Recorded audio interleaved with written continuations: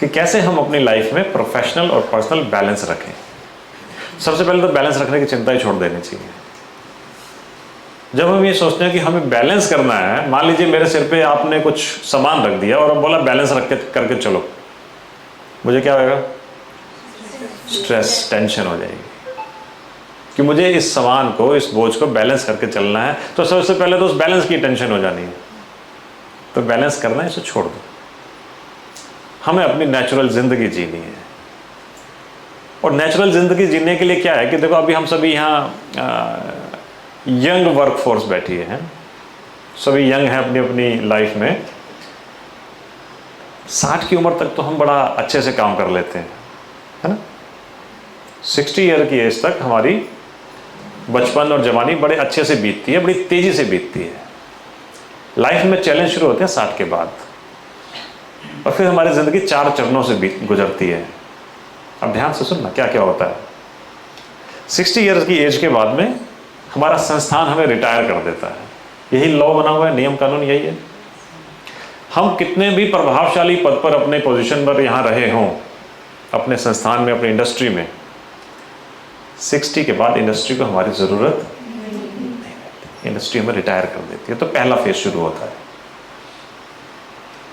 उसके बाद हम कितनी पावरफुल पोजीशन पर थे, कितने सीनियर मोस्ट डेजिग्नेशन पर थे, ये सब हमें भूल जाना चाहिए, क्योंकि अब उसकी अहमियत नहीं है। उसकी अहमियत तभी तक थी जब तक हम उस पोजीशन में थे, उस रोल में थे। 60 के बाद दूसरा फेज शुरू होता है 70s का। जब हम 70 की उम्र में पहुंच जाते हैं तो हमारा समाज हमें रिटायर करना शुरू कर देता है। समाज को हमारी ज़रूरत ज़्यादा नहीं रहती, क्योंकि हमारी रिप्लेसमेंट यंग जनरेशन कर चुकी होती है।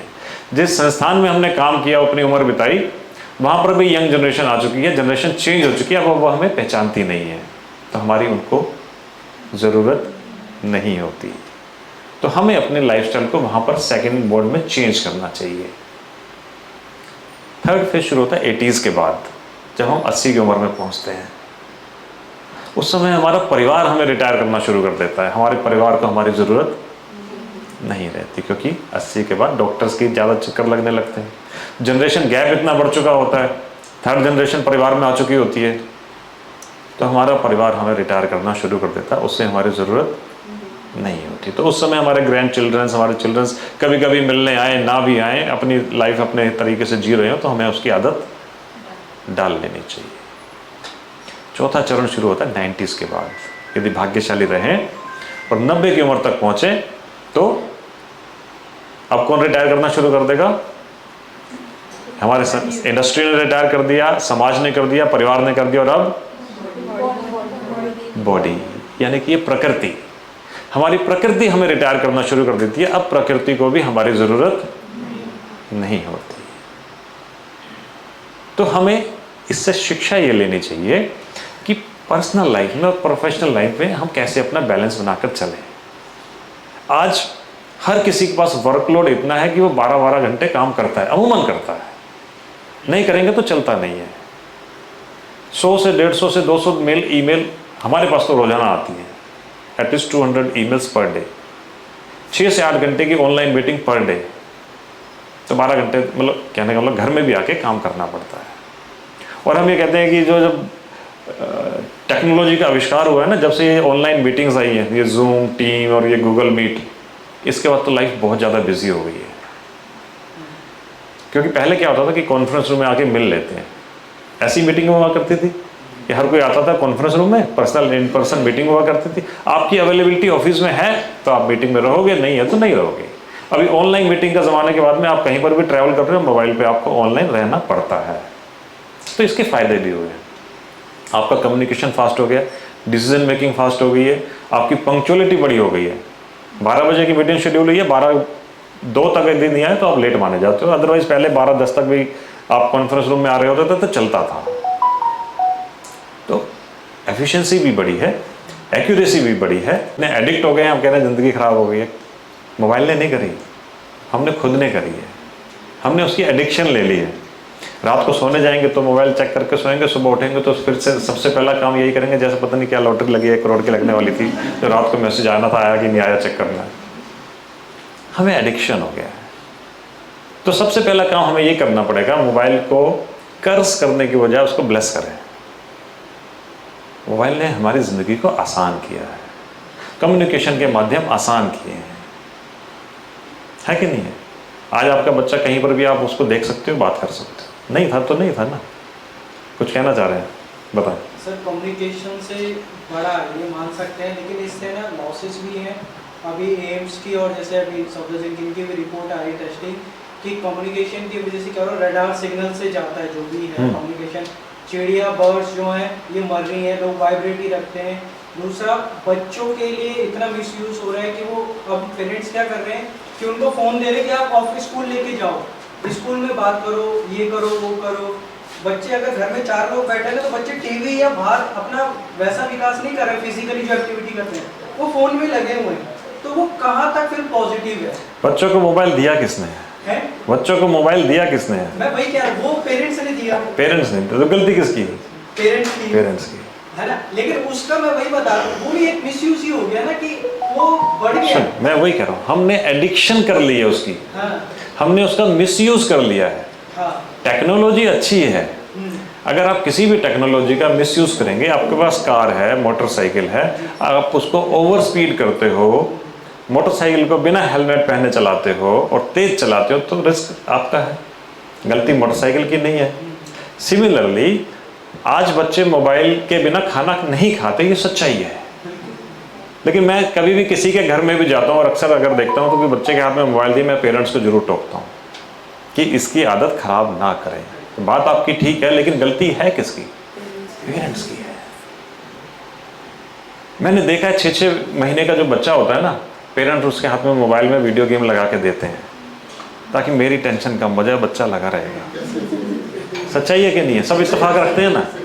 पेरेंट्स मोबाइल बच्चों को गेम लगा कर दे देते हैं ताकि मेरी टेंशन कम हो, मैं अपना काम कर लूँ। माँ को अपना खाना बनाना है, फादर को अपने काम करने हैं। तो बच्चों को हम बचपन से ही ये गलत आदत डालते हैं, इसलिए हमारी वो लाइफ का बैलेंस इम्बैलेंस हो जाता है। तो हम वो एडिक्शन ना करें, हम वो टेक्नोलॉजी का मिसयूज़ ना करें, ये मैं आपको संदेश देना चाह रहा हूँ। गलती हम कर रहे हैं और दोष टेक्नोलॉजी को दें तो वो ठीक नहीं है। लेकिन सर एक चीज़ है ना, टेक्नोलॉजी ने इजी करा है ज़िंदगी, हाँ, लाइफ को इजी करा है, लेकिन क्या है उसकी आदत डलवा के इजी किया है। आप समझो कि जब पहले था ज़माना, उस टाइम पे मोबाइल फ़ोन कॉस्टली आते थे, हर घर में एक आदमी होगा, वरना लैंडलाइन होता था, घर में उठाया, हेलो हाई किया, कट कर दिया। अभी मोबाइल की कॉस्ट हो गई कम, क्योंकि सेल आउट करना है, ज़्यादा से ज़्यादा लोग यूज़ कर रहे हैं उसका। और उसी का क्या हो रहा है कि मिसयूज़ ये हो रहा है कि वो पेरेंट्स जैसा आपने बताया कि दे देते हैं फ़ोन या वो, तो वो भी क्या सोच रहे हैं, सिंपल सा फ़ोन अगर टूट भी गया तो नया आ जाएगा। तो मैं आपको एक प्रैक्टिकल और हकीकत की बात बताता हूँ। जितने भी ये सक्सेसफुल लोग हैं ना, जो टॉप लीडर्स हैं, जो इंडस्ट्री के स्टालवर्ड्स हैं, मान लीजिए आप बात करें टाटास की, अंबानीज की, या उस लेवल के लोगों की, उनके घरों में खाना खाते वक्त या परिवार जब इकट्ठा बैठता है टेबल पे, मोबाइल अलाउड नहीं होता। ये सच्चाई है। आप बुक्स अगर पढ़ते हो, किसी की ऑटोबायोग्राफी यदि पढ़ते हो, तो उनकी बुक्स में लिखा रहता है अपनी ऑटोबायोग्राफी में कि हमारे परिवार में जब हम इकट्ठे बैठते हैं तो मोबाइल अलाउड नहीं है। तो जो लोग सक्सेस की सीमा को ऊपर पार कर चुके हैं, वो लोग तो डिसिप्लिन फॉलो कर रहे हैं, और हम जैसे लोग उस मार्केटिंग के चक्कर में, उस एडवर्टाइजमेंट के चक्कर में फंस के अपना लाइफ को खुद को बर्बाद कर रहे हैं। अच्छा, पता हमें है कि नहीं है? सच्ची बात बताएं, सभी हम फॉलो करते हैं कि नहीं करते हैं? कर। फिर गलती किसकी है? क्या होता है, जो आसान आसान काम होते हैं ना, हम करते नहीं हैं। एग्जाम्पल देके बताऊं, जो आसान काम होते हैं वो हम करते नहीं हैं। सुबह सैर करनी, या सबको पता है सैर करनी अच्छी आदत है, कितने लोग करते होंगे? हाथ उठाएंगे। 3, 4, 5 लोग, क्योंकि आसान है इसलिए हम करते नहीं हैं। रात को ब्रश करना आसान है, कितने लोग करते होंगे? मैं हाथ नहीं उठवाता इस बात में, कोई बात नहीं। अगर उठाया भी है तो मैं समझता हूँ 20-30% लोगों ने उठाया है। आसान, लेकिन हम करते नहीं हैं। कहीं टाइम पे पहुंचना तो आसान है कि मुश्किल है? पर हम फॉलो करते हैं क्या? 10-1% लोग। सच्चाई है, समाज में भी यही है। 10% ही लोग इस आसान काम को करते हैं, लेकिन 90% लोग आसान काम को, क्योंकि आसान है, कर लेंगे, देख लेंगे, हो जाएगा। सच बोलना भी आसान है, करते नहीं है। तो इस तरह के मोबाइल से या टेक्नोलॉजी से या इन एडिक्शन से दूर रहना भी आसान है, लेकिन हम करते नहीं। तो गलती फिर हमारी ही है। हम में से कितने लोग ऑफिस में यदि 8 घंटे काम करते हैं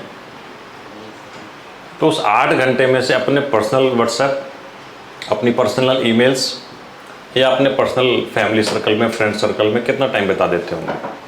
आधा घंटा तो बिता देते होंगे, ज़्यादा नहीं तो आधा घंटा तो बिताते ही होंगे। मतलब ज़्यादा भी हो सकता है, ज़्यादा भी हो सकता है, पर आधा घंटा तो बिताते होंगे ऑन एन एवरेज। अच्छा, ये हम मैनेजमेंट के सामने एक्सेप्ट भी कर सकते हैं। मैनेजमेंट के पीछे तो हम कह सकते हैं जी हो सकता है 1-2 घंटे भी बिताते हो, ठीक है। तो इस टाइम को हम सभी एक आदत बनाएंगे। इस टाइम के लिए हम सभी एक आदत बनाएंगे। यदि आप डायरी फॉलो करते हैं, डायरी, नहीं तो आप मोबाइल में अपना एक नोटपैड या कुछ भी एक ऐप लगाकर, नोट्स का एक ऐप बनाकर उसमें जितने काम करने हैं उस समय वो लिख लें।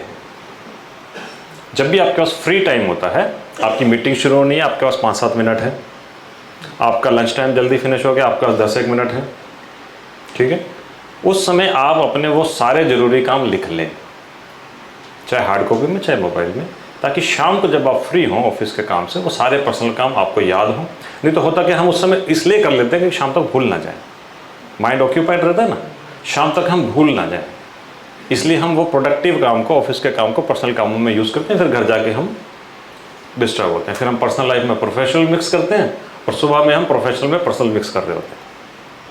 तो ये सेपरेशन हमें जानना ज़रूरी है। तो छोटी छोटी बातें, जो भी काम करना है, शाम को किसी को बर्थडे विश करना है, शाम को आपको किसी बिल की पेमेंट करनी है, किसी से मिलने जाना है, किसी को कोई ज़रूरी फ़ोन करना है, वो सब लिखते चले जाओ। जैसे ही आप ऑफिस के काम से फ्री होगे, आप 10 मिनट में वो सारे काम फिनिश कर सकते हो जो सुबह के ऑफिस के दौरान आधे घंटे में, 1 घंटे में कर रहे हो। तो ऐसी हमें छोटी छोटी आदतें बनानी है। हम एक और अच्छी आदत बना सकते हैं, जो मैं माइंड में सोच कर आया था कि आज मुझे यहाँ अगर विशाल जी और गौरव जी मिलते तो मैं ये बात उनसे कहता। अब आप बता रही है कि वो ऑफिस में नहीं है, तो ये रिकॉर्डिंग उनको दिखा दीजिएगा। ये उनके लिए संदेश है, मैनेजमेंट के लिए संदेश है कि हम इस कंपनी को नो एंगर जोन बनाएं। आप HR हेड कर रही हैं तो आप इस रिस्पॉन्सिबिलिटी को बखूबी निभाइएगा कि हम इस कंपनी को नो एंगर जोन बनाएं। रिसेप्शन आपने बहुत खूबसूरत बनाया है, वहाँ पर आप लिख दीजिए this you are entering into a no anger zone. क्या मतलब हुआ उसका? कि हमारे इस ऑफिस में कोई सीनियर जूनियर के ऊपर डांट डपट करके काम नहीं करवाता। अक्सर आदत या हमारा हिंदुस्तान में प्रचलन ये ज़्यादा बन चुका है, बाहर के मुल्कों में इतना नहीं है। वहाँ रिस्पेक्ट दे के काम करवाया जाता है, पर हमारे यहाँ जोर दे के, ज़बरदस्ती करके, डांट डपट करके काम करवाए जाते हैं। सच्चाई, कल्चर बन गया समाज का। तो इस कल्चर को हमें चेंज करना चाहिए। तो नो एंगर जोन हम इसको बनाइए, हम सभी एक कमिटमेंट करेंगे यहाँ पे, ठीक। कोई सीनियर, अच्छा ये कितने लोग हैं जो रिपोर्टिंग मैनेजर्स हैं, जिनके नीचे डाउनलाइन रिपोर्टिंग है, जितने भी हम मैनेजर लेवल के लोग हों, उनके लिए एक नियम कानून HR आज से बनाने वाला। आप सभी खुश होंगे क्योंकि ज़्यादातर रिपोर्टिंग लाइन यहाँ पर बैठी है। तो आप सबके लिए एक बार अपने लिए ताली तो बजा सकते हो कि आज के बाद कंपनी की मैनेजमेंट ये इंश्योर करेगी कि कोई सीनियर किसी को गुस्से से काम नहीं कराएगा। क्या है, हम बात कर रहे हैं पर्सनल प्रोफेशनल लाइफ के बैलेंस की। यदि हम ऑफिस में ऊंचा सुन के काम कर रहे हैं तो माइंड डिस्टर्ब होगा कि खुश होगा? डिस्टर्ब होगा। शाम को जब हम घर जाएंगे तो खुश जाएंगे कि परेशान होकर जाएंगे? परेशान होकर जाएंगे तो घर वालों को क्या करेंगे? फिर साइकिल पूरा बिगड़ गया ना जी। घर की परेशानी ऑफिस में आ रही है, ऑफिस की परेशानी घर जा रही है। तो इस साइकिल को हमें चेंज करना है। सर मैं यहाँ पर इंटरप्ट करना चाहूँगी आपको। हाँ जी। आपको ये जान के खुशी होगी कि हमारे यहाँ पर ना ये जो नो एंगर जोन है ये लिखा नहीं है, बट यहाँ पर एप्लीकेबल है। आज तक हमने गौरव जी को, विशाल जी को कभी किसी के ऊपर चिल्लाते हुए, क्या तेज आवाज में बात करते हुए भी नहीं सुना। और इवन हमारे फ्लोर पे भी पूरा, चाहे जूनियर सीनियर सब साथ में बैठते हैं, बट अभी तक तो आप सबके लिए ताली बजती है जी। इवन चाहे जूनियर को भी समझा रहे हैं या कोई मिस्टेक भी हो गई तो उसको बहुत आराम से ही बताते हैं सब। अच्छा, होता क्या है, जो कंपनी के डायरेक्टर लेवल के लोग होते हैं ना, यूजुअली ये कम गुस्सा करते हैं। मैंने बहुत इंडस्ट्रीज़ में देखा है, क्योंकि उनको तो काम करवाना आता है। ये जो मिडिल मैनेजमेंट होती है ना, ये गुस्सा करती है ज़्यादा। क्यों? इनको लगता है कि हम नहीं करवाएंगे काम तो कौन करवाएगा, बाहुबली तो हम ही हैं। हनुमान जी जब लंका गए तो मैं मतलब ये कह रहा हूँ कि जब बाहुबली वाली बात आई, उस पर एक एग्जांपल देता हूँ। हनुमान जी जब लंका गए तो उन्होंने देखा माता सीता बैठी हुई हैं और रावण उन पर तलवार लेके खड़ा है, जोर जबरदस्ती कर रहा, भी बात मेरी मान ले, नहीं तो तेरे को तलवार से काट दूंगा। हनुमान जी सोच रहे हैं कि ये रावण माता सीता को मार ना दे, तो मैं इसको अभी पकड़ लेता हूँ रावण को, और इसकी तलवार से इसको यहीं पे भी ख़त्म कर देता हूँ, क्योंकि मैं नहीं करूँगा तो कौन करेगा। ये हनुमान जी सोच रहे हैं कि माता सीता अकेली हैं, रावण ने तलवार उठा रखी है, तो मैं नहीं बचाऊंगा तो कौन बचाएगा। मिडिल मैनेजमेंट सोचती है कि ये काम हम नहीं करेंगे तो और कौन। हम भी सोचते हैं, देखो हमारे नीचे भी बहुत सारे रिपोर्टिंग मैनेजर्स हैं, हमारे ऊपर भी। तो ये गुस्सा मैनेजमेंट टॉप लाइन नहीं करती है, सेकेंड लाइन करती है, थर्ड लाइन करती है, क्योंकि वो सोचती है कि हम नहीं करेंगे तो कौन करेगा। तो हनुमान जी सोच रहे हैं कि माता सीता को मैं नहीं बचाऊंगा तो कौन बचाएगा। ठीक है, तो सोच रहे हैं कि मैं इसको पकड़ता हूँ रावण को और इसको मार देता हूँ। तभी वो देखते हैं कि मंदोदरी आती है, रावण का हाथ पकड़ते हैं कि स्त्री पे हाथ नहीं उठाते, तलवार नहीं उठाते, अस्त्र शस्त्र नहीं उठाते, तो आप इसको छोड़ दीजिए। रावण छोड़ देता है। तो हनुमान जी कहते हैं, अरे मैं तो सोच रहा था शायद इस काम को मैं ही कर सकता हूँ और तो कोई करेगा नहीं। तो प्रभु श्री राम ने वो रचा हुआ है कि कौन काम कैसे करेगा। मंदोदरी आई, उन्होंने रावण को रोका और रावण सीता को मारने से रुक गया। ठीक है जी। अब हनुमान जी सोच रहे हैं कि लंका का जरा चक्कर लगा लिया जाए, देख लिया जाए कि लंका है कैसी। थोड़ा उत्पात मचाते हैं और उनको गिरफ्तार कर लिया जाता है। अब गिरफ्तार कर लिया जाता है तो रावण कहता है इसको मार दो, इसको मृत्यु दंड दे दो। अब हनुमान जी सोच रहे हैं कि फिर से कि तो मेरे को मृत्यु दंड दे रहा है, अब मुझे अपनी ताकत दिखानी पड़ेगी, क्योंकि मैं नहीं दिखाऊंगा तो और कौन दिखाएगा, मैं तो यहाँ अकेला हूँ। तो मुझे अपनी ताकत दिखानी पड़ेगी कि मैं ना होता तो क्या होता। तो तभी विभीषण उठते हैं और कहते हैं कि ये वानर है और वानर को और दूत भी है, इसको मृत्यु दंड नहीं दिया जा सकता। अब हनुमान जी सोच रहे हैं, देखो मैं सोच रहा था कि अभी मैं क्या कर दूं, उत्पात कर दूं, क्योंकि मुझे मृत्यु दंड मिलने वाला है, तो मेरे को मृत्यु दंड नहीं मिलना था। इसके लिए विभीषण को नियुक्त पहले से किया जा चुका था। अब थोड़ी देर में त्रिजटा आती है। त्रिजटा रावण से कहती है कि मैंने स्वप्न देखा है कि ये वानर लंका में आग लगा देगा। अब हनुमान जी सोच रहे मेरा तो कोई प्लान है नहीं, मैंने तो कुछ सोचा नहीं आग लगाऊंगा। अब त्रिजटा कह रही है तो देखते हैं कि क्या प्लानिंग प्रभु श्री राम ने रची हुई है। तो सभा में विचार हो रहा होता है कि वानर को मृत्यु दंड नहीं दिया जाना चाहिए, तो क्या करे, तो इसकी पूंछ में आग। अब पूंछ में आग लगेगी तो लंका जलेगी। तो लंका जली। जो त्रिजटा का सपना था वो भी साकार हुआ। तो हनुमान जी हर कार्य के लिए फिर ये जोड़ते हैं कि मैं हर कार्य में सोच रहा था कि मैं ना होता तो क्या होता, लेकिन मैं कुछ नहीं कर रहा। तो हम मिडिल मैनेजमेंट को भी ये सोचना पड़ेगा कि आपने बहुत अच्छा कहा कि यहाँ पे ऑलरेडी इम्प्लीमेंटेड है, बट डिक्लेयर भी कर देंगे तो हम जैसे जब विजिटर्स आएंगे तो हमें अच्छा लगेगा कि ये कंपनी कुछ नया कर रही है। तो जब आपके पास 10-20 कस्टमर आते होंगे, वो इस चीज़ को देखेंगे तो वो शायद अपने आप भी इम्प्लीमेंट कर पाएंगे। तो एक खुशबू दूसरी जगह से दूसरी जगह फैलती है। तो हमें ये खुशबू यहाँ से फैलानी है कि हमें इस कंपनी को नो एंगर जोन डिक्लेयर करना है। ठीक। और हमें अपनी लाइफ में बैलेंस करने के लिए अभी दशहरे के भी दिन आ रहे हैं, मंगलवार को दशहरा है। हमें उनसे बात चलिए रावण की और हनुमान की, तो उनसे भी कुछ सीख लेते हैं। जब रावण अपनी अंतिम सांसें गिन रहा था तो श्री राम जी ने कहा कि लक्ष्मण को कि आप जाओ रावण से कुछ शिक्षा लेकर आओ, रावण से कुछ शिक्षा लेकर आओ। और लक्ष्मण जी कह रहे हैं ये अहंकारी, ये दुराचारी, मैं इससे क्या शिक्षा लूंगा, ये तो असुर है। शिक्षा तो ज्ञानियों से ली जाती है, विद्वानों से ली जाती है, इससे मैं क्या शिक्षा लूंगा। राम जी कहते हैं ये विद्वान है, आप जाओ इसके पास शिक्षा लेकर आओ। लक्ष्मण जाते हैं और रावण के सिराने खड़े हो जाते हैं। रावण उनको देख के मुंह परे फेर लेता है, बात नहीं करता। अब लक्ष्मण तो थोड़ा एरोगेंस तो शुरू से रहते थे, वो लक्ष्मण गुस्से में पैर पटकते हुए राम जी के पास वापस कि वो तो मुझसे बात भी नहीं कर रहा और मुझे देख के मुंह उसने परे फेर लिया। राम जी उससे पूछ रहे तुम वहाँ जाकर खड़े कहाँ हुए थे? बोले उसके सिर के पास खड़ा हुआ था, पर उसने मुझे देख के मुंह परे फेर लिया। तो राम कह रहे हैं उसने कुछ ना कहते हुए भी तुम्हें पहली शिक्षा दे दी है। क्या शिक्षा दी?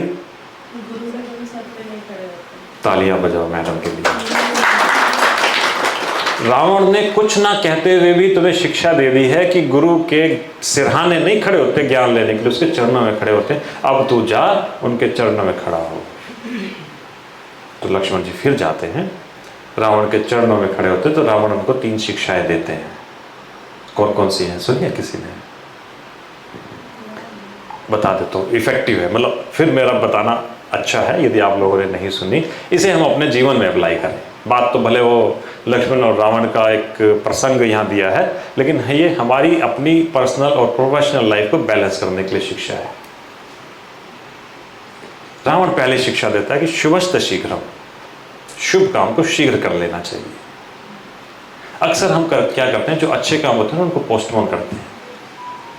हमारे मन की प्रकृति ऐसी है कि जो भी अच्छे काम होंगे हम कल कर लेंगे, परसों कर लेंगे, और जो भी थोड़े से खराब काम होते हैं उसको मन की प्रकृति है जल्दी कर लेता है काम।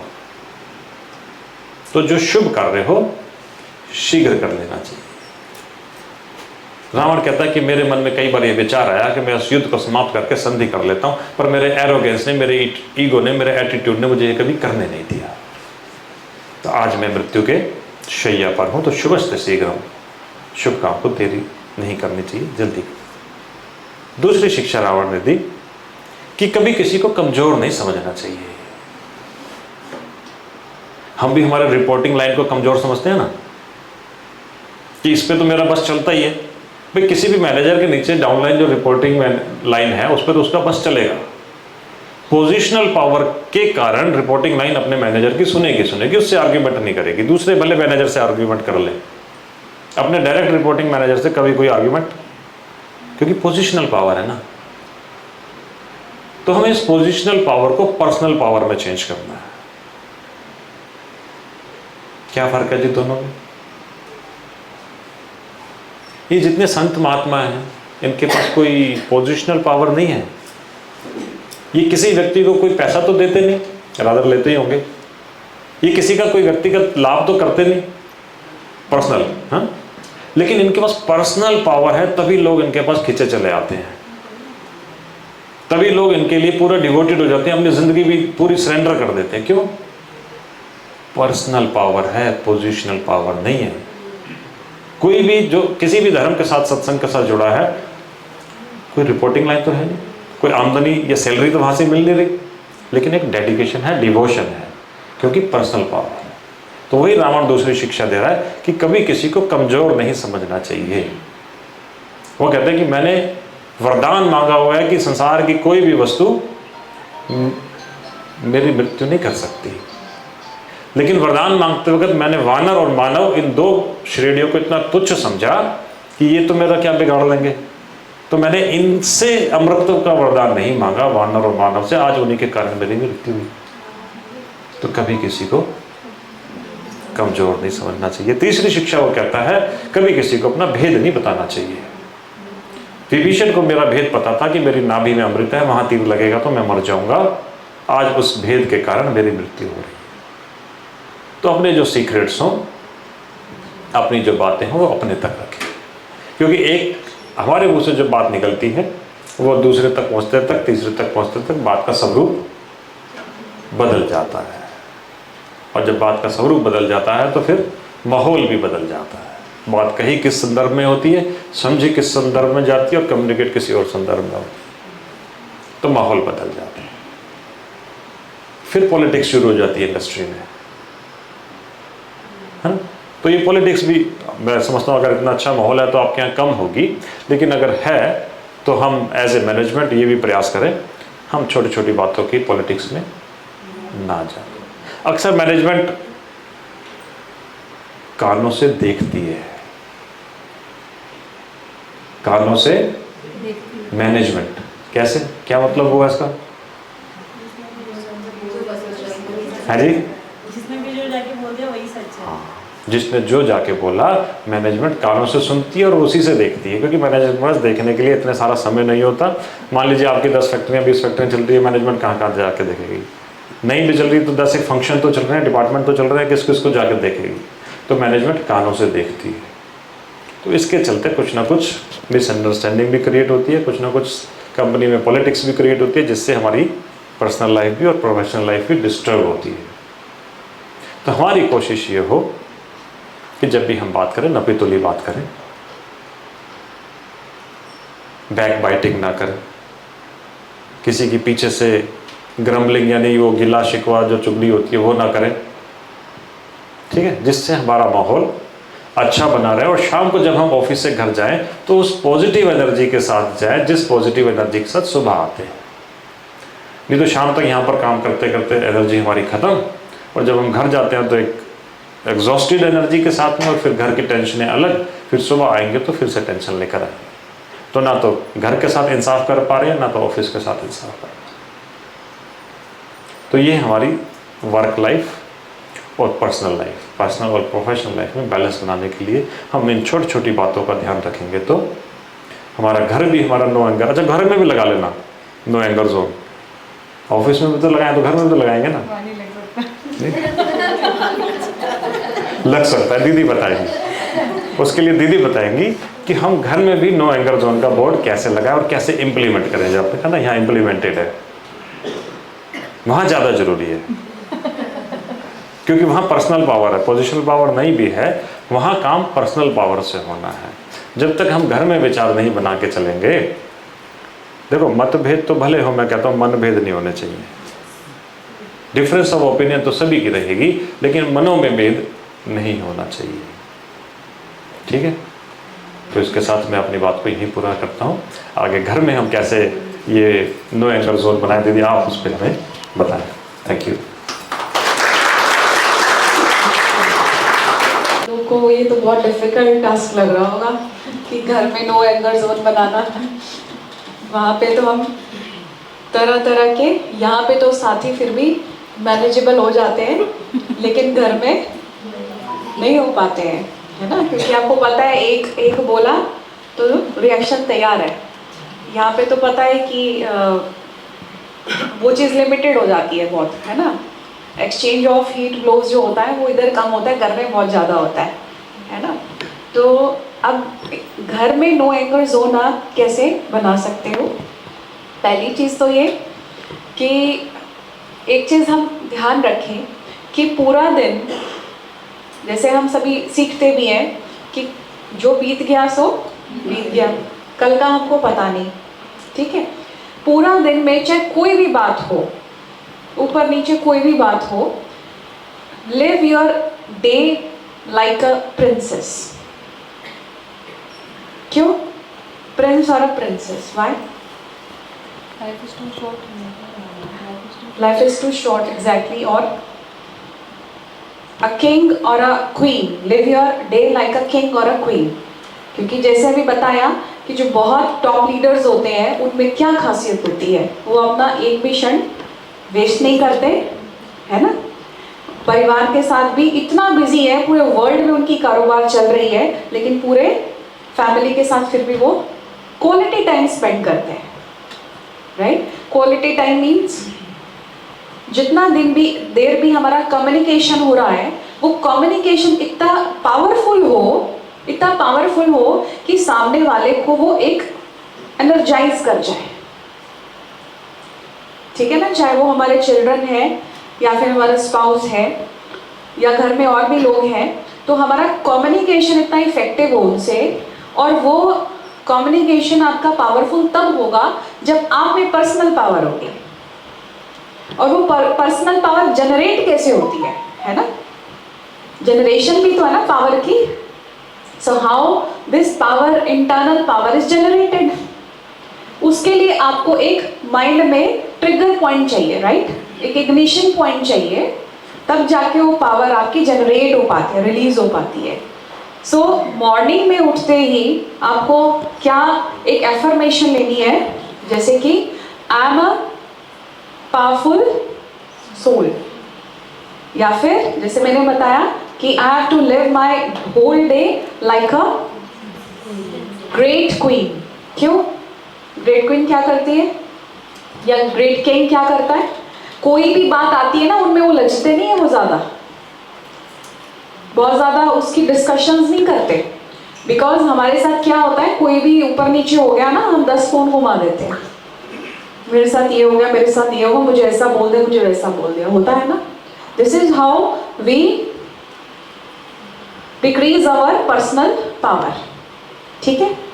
फिर जब हम एक लीडिंग रोल में है, घर में तो हम एक लीडिंग रोल में है ही ना, वी आर लाइक लीडर्स, ठीक है, चाहे वो हमारी अपनी लाइफ है या फिर चाहे यहाँ पर भी है, we are like the leaders, ठीक है।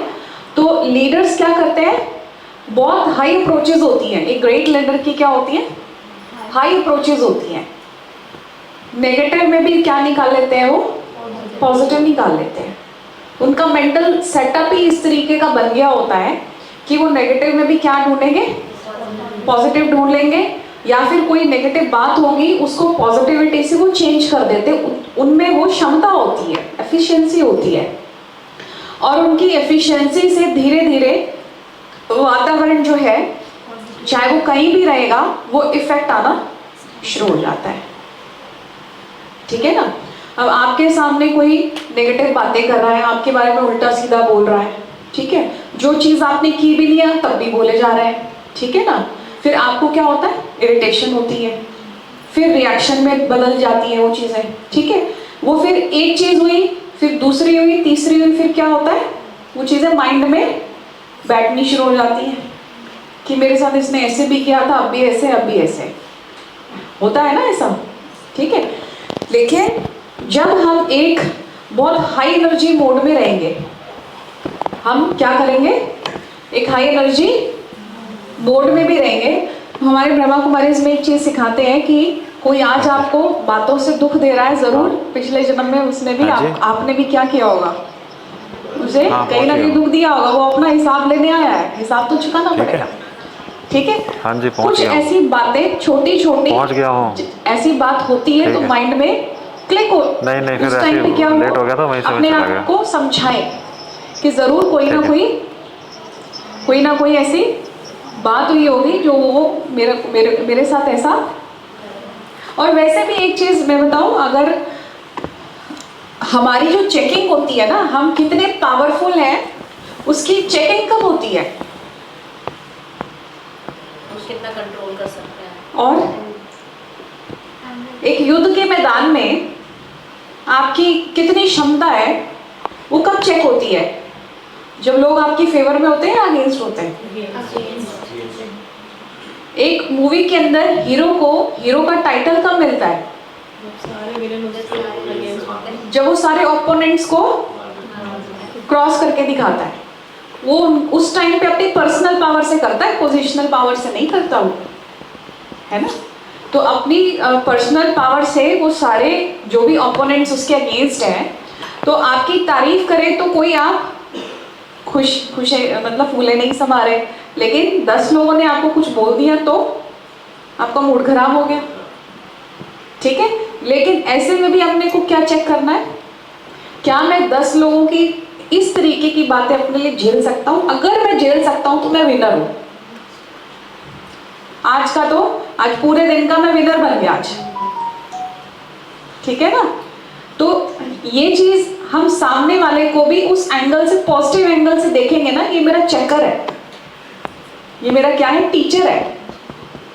टीचर क्या होता है, जब आप एग्जाम की तैयारी करते हो ना तो क्वेश्चन पेपर ना आपके अकॉर्डिंगली सेट हो। मैं क्या हूँ, अपनी लाइफ का हीरो हूँ और मुझे हर छोटी छोटी बात में भी विनर बनना है। सिर्फ एक कंपनी में आ गए, एक अच्छी पोस्ट मिल गई, ये सक्सेस नहीं होती है।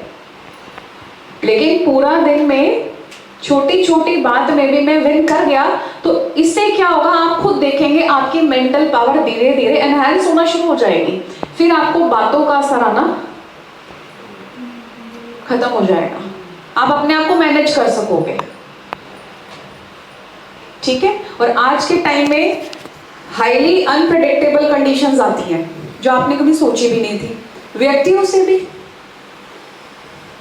कि ये व्यक्ति मेरे साथ ऐसा कर सकता है, होता है ना, प्रैक्टिकल बात है ये व्यक्ति जो मेरे साथ इतने अच्छे टर्म्स थे, मेरे साथ ऐसा कर जाएगा, मैंने तो कभी सोचा नहीं था। माइंड क्या होता है, फिर डिस्टर्ब हो जाता है ना। घर में भी क्या होता है, कई बार घर में क्या कहते हैं कि हस्बैंड पहले मेरे साथ बहुत अच्छा चलते थे, जब शादी हुई थी तो 3-4 साल तक बहुत अच्छा था, लेकिन धीरे धीरे धीरे क्या हुआ, ईगो दिखने लगी। होता है ना, मेरे को छोटी छोटी बातों में टोकते हैं, मैं काम करती हूँ तो भी मुझे असली रूप में आ गया, असली रूप में वो तब बदला था, शादी करने के बाद बदला था। तो ऐसे में हमको करना क्या है, कई बार क्या होता है कि सामने वाले की कोई चीज़ ऐसी हमें दिख रही है कि जो हमें अच्छी नहीं लगती और वो सच में अच्छी होती भी नहीं है, ऐसी हैबिट होती है, और उसकी ऐसी हैबिट्स को देख के हम परेशान होते हैं। ठीक है। अब उसमें ऐसे हमें क्या करना चाहिए, उसमें हम एक उसको ब्लेसिंग दें। ठीक है, एक ब्लेसिंग दें कि ये व्यक्ति बदल जाएगा, इसकी आदतें आज नहीं तो कल एक ना एक दिन जरूर बदलेंगी। ठीक है, उसको आप पॉजिटिव वाइब्रेशंस दें, हमारा रिलेशन बहुत बेहतर बनता जा रहा है। और ये व्यक्ति जो भी है, इस व्यक्ति की ये आदतें एक ना एक दिन जरूर खत्म होंगी और ये व्यक्ति एक बहुत अच्छे लेवल पर आएगा। उसकी जो भी आप चाहते हो, जो भी विश डिजायर करते हो, जैसा भी उस व्यक्ति के लिए आप डिजायर करते हो, तो वैसी वाइब्रेशन जब आप दोगे ना, धीरे धीरे धीरे आपकी शुभ भावना एक दिन फल जरूर देगी। राइट। अब उससे क्या होगा, आपने अपने आप को उसकी नेगेटिव हैबिट के प्रकोप से बचा लिया। राइट। क्योंकि अक्सर मैक्सिमम लोगों की शिकायत ही यही है, हम तो ठीक रहते हैं, यही नहीं सुधरते हैं। आप करते भी होंगे, नो डाउट, आप अपने दिल से, दिलो जान से घर में बहुत कुछ करते होंगे।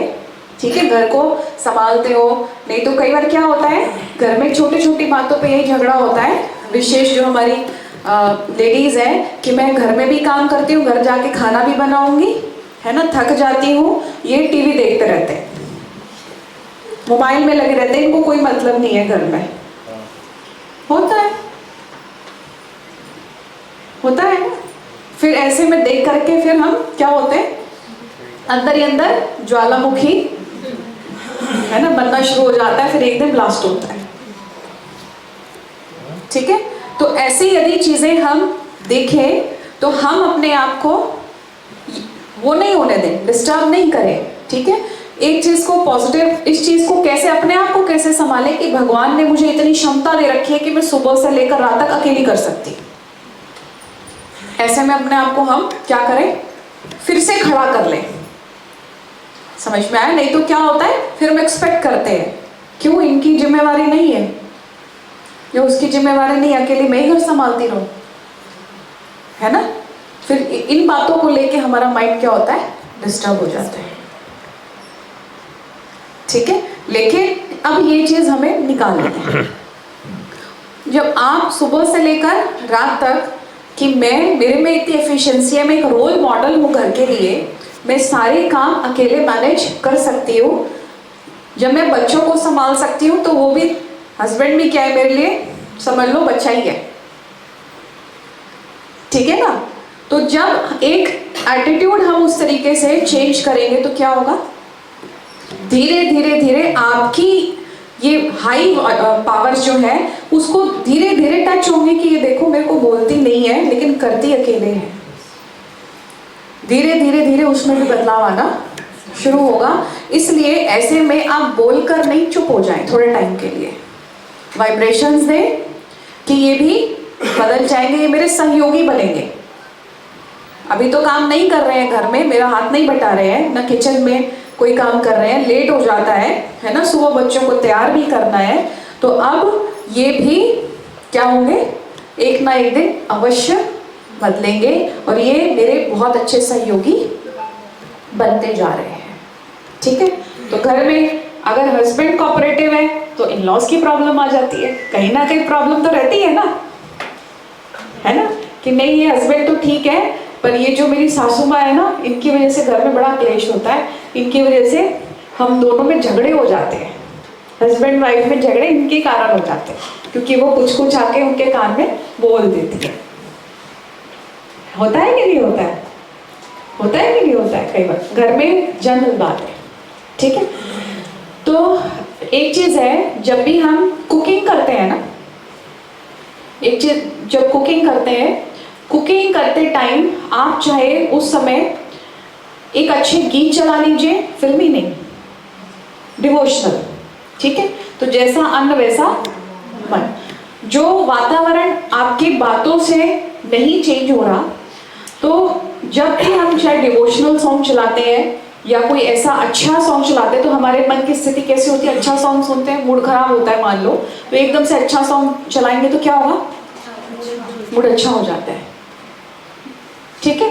तो कभी भी भोजन बनाए ना, आपके मन की अवस्था खुशी की होनी चाहिए, क्योंकि जो वाइब्रेशंस आप भोजन में डालोगे ना, बाकी सबकी घर में मनोस्थिति वही बनने वाली है।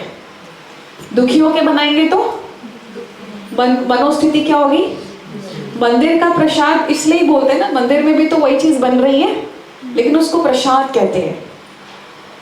क्यों कहेंगे, थोड़ा सा दे दो मन को शांति मिलेगी, चीज तो वही है, वही किचन में वही हलवा बना है, लेकिन घर में हलवा बना और मंदिर बना क्या डिफरेंस है, क्योंकि वहां पे एक बड़ी भावना से अच्छी फीलिंग के साथ बनाया गया है।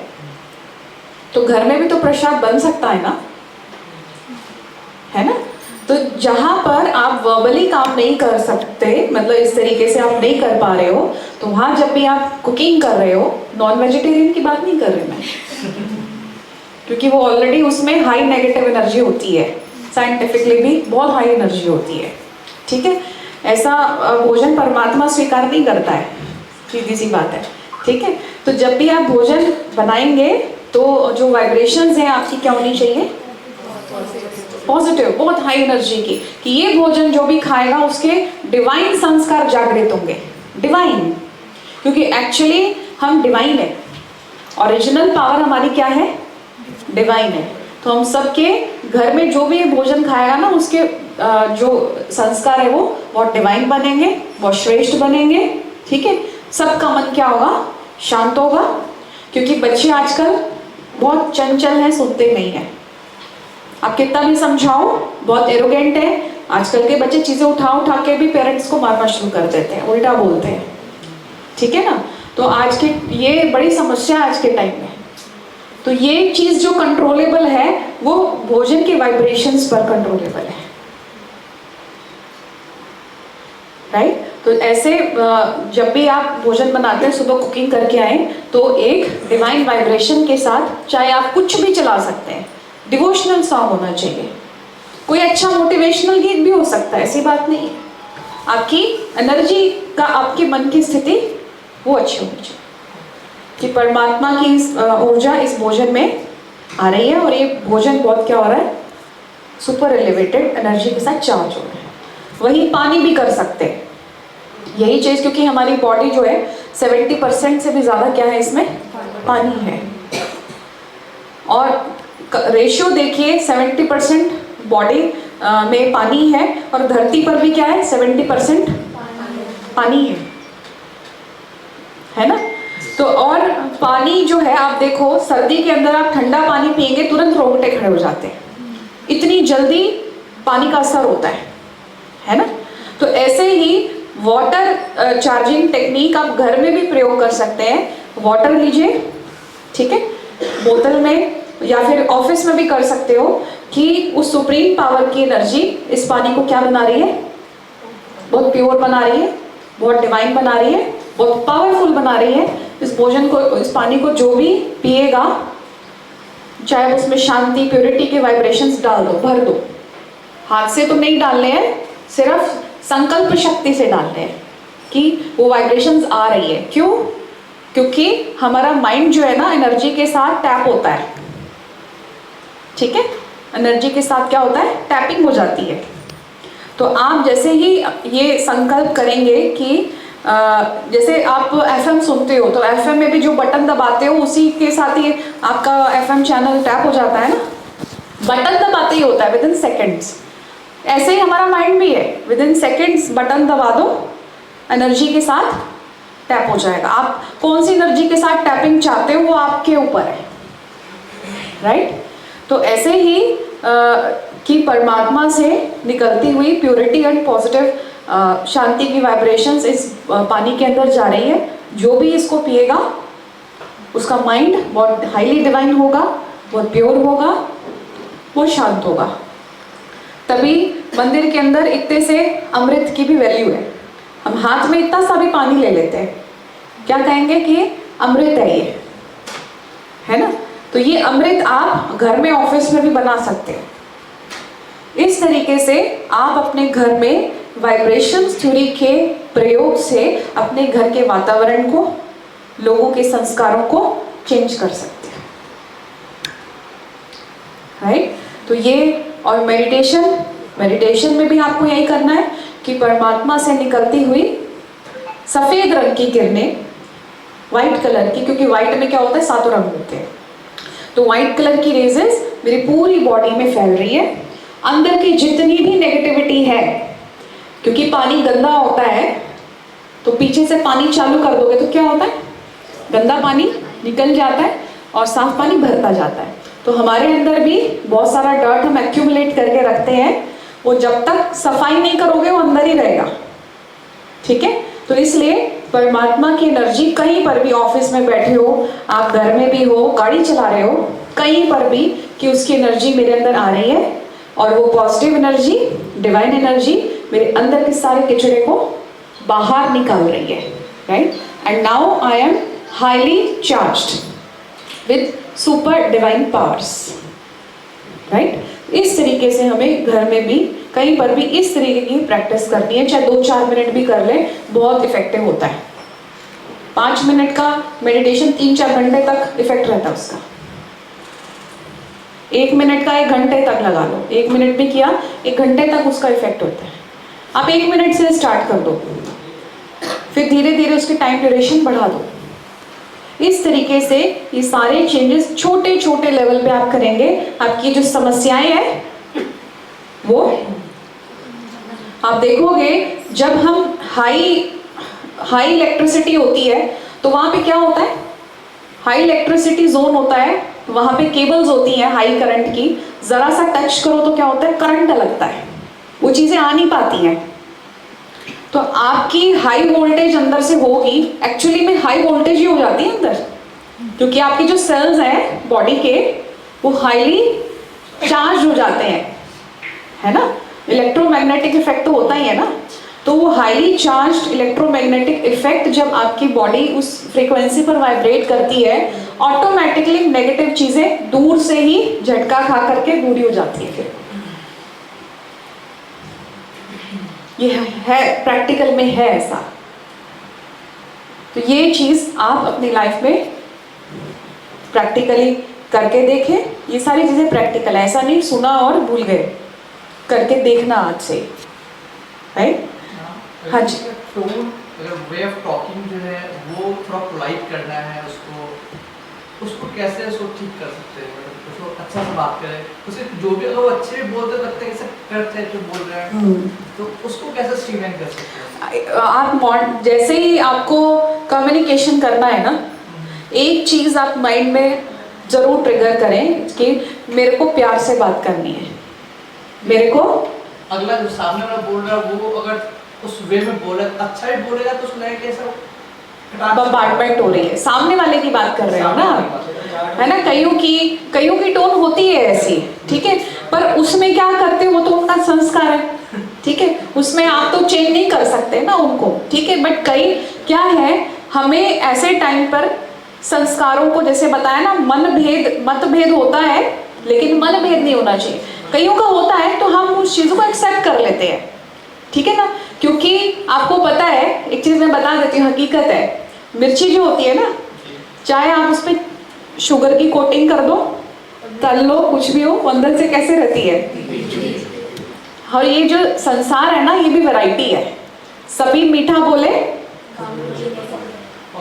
पॉसिबल नहीं है, संस्कार सबके अलग अलग है। नहीं वो थॉट्स काम करेगा अगर मैं उसको अच्छी बात है, जैसे जिस वे में बात चल रहा है हम मैं उनको कि भाई ये हमारे सही से अच्छा हो जाएगा। हाँ, ये चीज़ आप कर सकते हो कि जैसे वाइब्रेशंस आप जो मैं कह रही थी कि ये जो है बहुत आप प्रयोग करके देखना कि ये बहुत पोलाइट होते जा रहे हैं, फिर देखना सच में होता है नहीं होता है, पर होता है ऐसा, ठीक है, कि ये बहुत पोलाइट होते जा रहे हैं, इनका वे ऑफ टॉकिंग चेंज होता जा रहा है, ठीक है, क्योंकि सटल में हमारे वाइब्रेशन एक दूसरे को टच करते हैं, ऐसा होता है, ठीक है ना। मेरे को लगता है आपको जाना भी होगा, टाइम भी हो रहा है ना, सबको लग रहा होगा कि वो लेट हो गया है ना, खाना लेट हो जाएगा आज। चलो फिर से हम कोई और मेडिटेशन पे पर्टिकुलर सेशन प्लान करेंगे आगे फ्यूचर में। और मेरा यहाँ सेकंड टाइम विजिट है, फर्स्ट टाइम पे तो काफ़ी सारे थे, सर भी थे, विशाल सर भी थे, तो मुझे भी इंटरेक्ट करके आप सबसे बहुत अच्छा लगा। Thank you so much. नहीं दिया तो पूनम दीदी भी इलेक्ट्रॉनिक्स इंजीनियर हैं, बीटेक किया है आपने, और क्लास 2 गस्टेड ऑफिसर हैं, और आप लेक्चरर भी हैं, और लाइक जॉब भी करती हैं, और आश्रम पे समर्पित रूप से रहती भी हैं। तो बखूबी आप एग्जाम्पल हैं हमारे सामने कि कैसे पर्सनल और प्रोफेशनल लाइफ को बैलेंस करके आप अपना जीवन अच्छे से बिता रही हैं। Thank you.